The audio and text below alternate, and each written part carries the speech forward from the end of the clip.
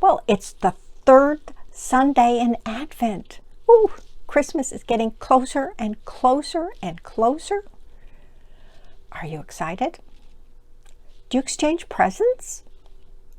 Do you put up a Christmas tree? Do you hang stockings?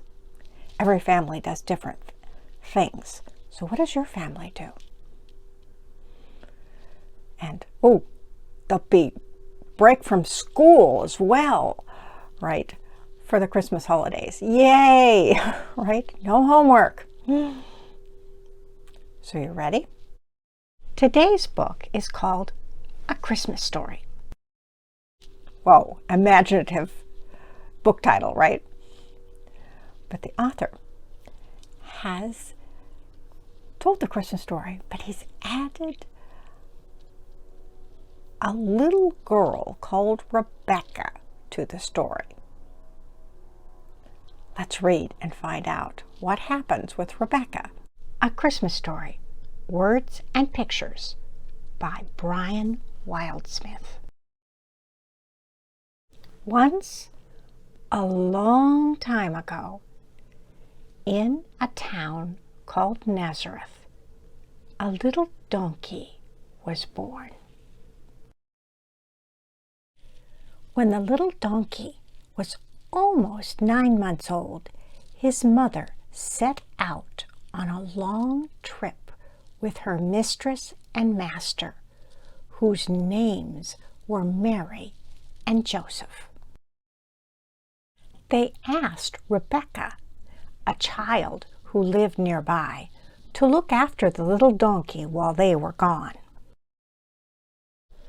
But the little donkey was sad without his mother and refused to eat. So Rebecca packed food and water and promised the little donkey that they would find his mother. And they set out to follow Mary and Joseph. The road was full of people traveling to various towns and cities. Have you seen a donkey with a man and a woman? Rebecca asked a traveler. Well, yes, they passed me on the road to Jerusalem, the traveler replied. Rebecca and the little donkey took the road to Jerusalem. Soon they came to a soldier standing guard at a splendid palace. Have you seen a donkey with a man and a woman? Rebecca asked the soldier. Yes, they pass this way, the soldier answered. Now hurry along. There are important visitors here to see King Herod. Rebecca and the little donkey continued on their way. In time, they met some shepherds keeping watch over their flocks.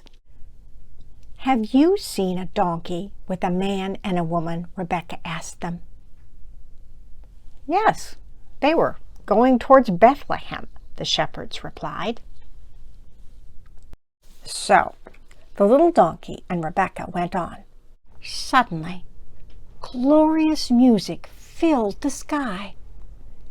And then they saw a great star shining down on the little town of Bethlehem.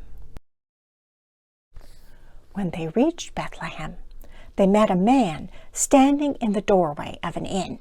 Rebecca asked if he had seen Mary and Joseph and the donkey. Yes, he replied. They wanted to stay here, but there was no room at the inn. They went to the stables.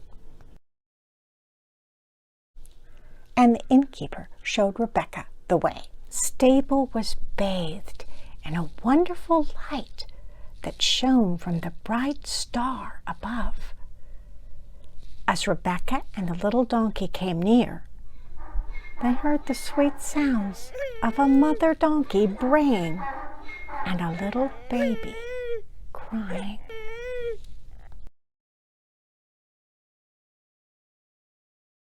Rebecca and the little donkey entered the stable. There, lying in a manger, was a newborn baby. "What are you going to call him?" asked Rebecca. "His name is Jesus," Mary replied.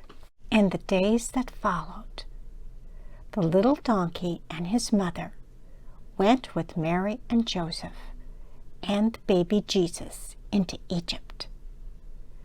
And Rebecca rode home on a king's camel.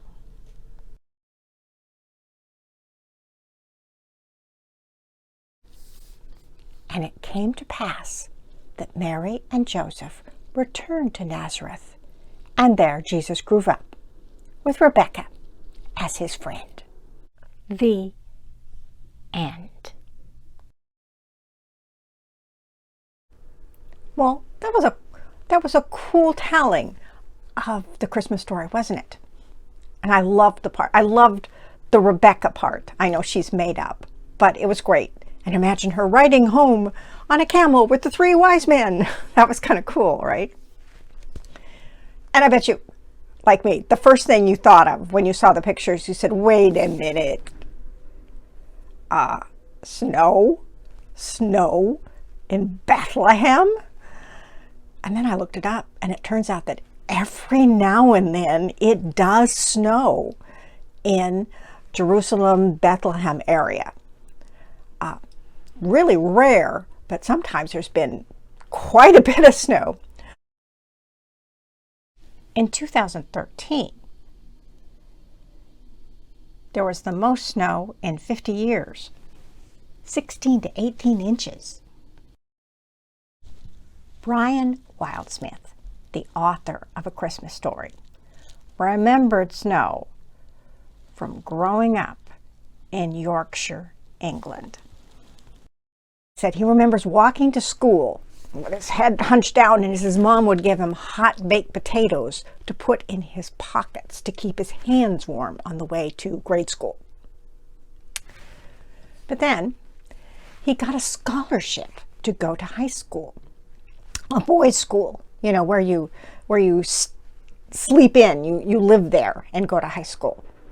And he was going to be a research chemist, he thought, because he was good at science.